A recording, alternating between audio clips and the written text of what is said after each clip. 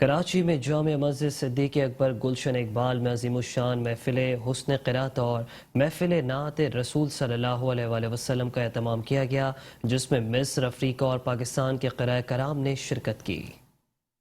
قرآن مجید اللہ تعالیٰ کی مقدس اور محترم کتاب ہے جو ہماری زندگی کا سرمایہ اور ضابطہ ہے۔ قرآن کی قرأت کا فن عطیہ خدا بندی ہے۔ جامع مسجد صدیق اکبر میں عظیم الشان محفل حسن قرأت کا اہتمام کیا گیا، جس میں مصر، افریقہ اور پاکستان کے قارئ کرام نے شرکت کی۔ قارئ حضرات نے خوبصورت لب و لہجے میں تلاوت قرآن مجید پیش کر کے ایک روحانی سماں باندھ دیا۔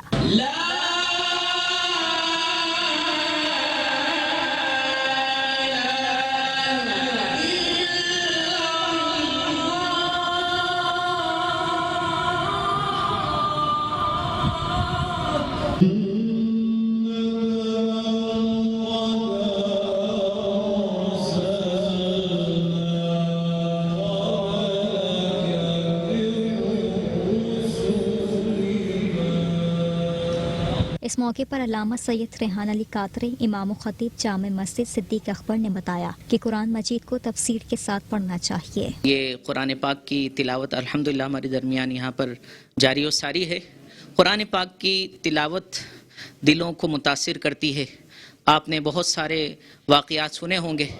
کہ نجاشی کے دربار میں جب حضرت جعفر طیار رضی اللہ تعالیٰ عنہ نے قرآن پاک کی سورہ مریم کی تلاوت فرمائی تو وہ قرآن پاک کی طرف مائل ہو گئے اور اسلام کی طرف مائل ہوئے۔ قرآن پاک کی تلاوت سن کر انہوں نے اسلام قبول کیا۔ اسی طرح حضرت عمر بن خطاب رضی اللہ تعالیٰ عنہ کے واقعے میں آتا ہے کہ سورہ طٰہٰ کی تلاوت فرما رہے تھے حضرت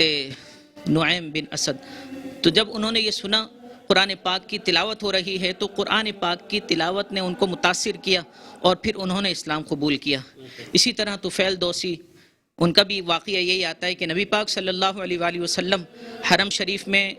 مکہ شریف میں، حتیم میں قرآن پاک کی تلاوت فرما رہے تھے، اور جب انہوں نے پیارے آواز میں قرآن پاک کی تلاوت کو سنا جو نبی پاک صلی اللہ علیہ وسلم فرما رہے تھے تو یہی تلاوت سن کر انہوں نے اسلام قبول کیا۔ اسی طرح ہمارے پاس بہت سارے واقعات ہیں، اور قرآن پاک کی تلاوت کا اعجاز ہے ادریس صاحب کہ یہ قرآن پاک کی تلاوت ہم اجمیوں کو سمجھ میں نہیں آتی۔ بہت سارے عرب بھی ایسے ہیں جو اس کے عربی الفاظ سے ناواقف ہیں، مگر اس کے باوجود بھی جب قرآن پاک کی تلاوت ہو رہی ہوتی ہے،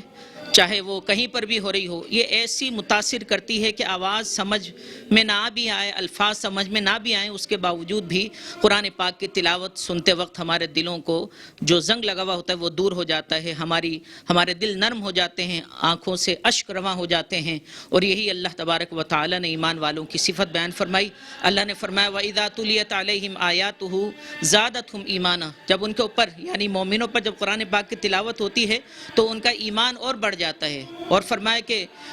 اذا ذکر اللہ وجلت قلوبہم، جب اللہ تعالیٰ کا ذکر کیا جاتا ہے تو ان کے دل ڈر جاتے ہیں۔ تو یہ اللہ تبارک و تعالیٰ کے ذکر میں سے، جہاں نماز ہے، قرآن پاک کی تلاوت بھی اللہ تعالیٰ کے ذکر ہی میں سے ہے، اور اس کو بہترین آواز سے پڑھنا یہ نبی پاک صلی اللہ علیہ وآلہ وسلم نے باقاعدہ طور پر اس طرح کی محفلوں کے انعقاد قرآن کی تعلیمات کو عام کرنے اور لوگوں کو قرآن سے تعلق کو جوڑنے کا فریضہ باعث ثواب ہے۔ اس کی ہمیں تاکید فرمائی ہے، چنانچہ حدیث شریف میں بہت ساری احادیث مبارکہ ہیں، میں چند پیش کروں گا۔ نبی پاک صلی اللہ علیہ وسلم نے ارشاد فرمایا زینوا القرآن باصواتکم، قرآن کو اپنی آوازوں سے خوبصورتی دو، زینت دو۔ اسی طرح ارشاد فرمایا اقرأوا القرآن بلحون العرب واصواتہم، قرآن کو عرب کے لب و لہجے اور ان کی آوازوں میں پڑھو۔ یہ عرب کا لب و لہجہ ہے کہ جس میں اللہ تعالیٰ نے قرآن پاک کو نازل فرمایا۔ یہ عرب ہمارے پاس شیخ محمد وجید دیوان مصر سے تشریف لائیں، عرب ہیں یہ۔ اسی طرح نہ صرف عرب بلکہ قرآن پاک کی تلاوت میں ہمارے بہت سارے ممالک آگے ہیں، پیش ہیں، جہاں ہم عرب شریف میں سعودی عرب کو دیکھتے ہیں تو وہ حدر کی صورت میں قرآن پاک کو تلاوت کرتے ہیں۔ مصر کی طرف جائیں تو وہ ترتیل کی صورت میں، یعنی بڑے ٹھہر کر اچھے انداز میں جس طرح بھی محفل ہو رہی ہے اس انداز سے وہ قرآن پاک کی تلاوت کرتے ہیں۔ اسی طرح یہی معاملہ ایران کا بھی ہے، اور مختلف ممالک ہیں ہمارے جہاں پر الحمدللہ ثم الحمدللہ قرآن پاک کی بہترین تلاوت بہترین آواز کے ساتھ، صحیح تلفظ کے ساتھ، مخارج کے ساتھ، قواعد تجوید کے ساتھ کی جاتی ہے، اور یہ عین مطلوب ہے قرآن پاک کا۔ اللہ تعالیٰ نے ارشاد فرمایا وَرَتِّلِ الْقُرْآنَ تَرْتِیلًا،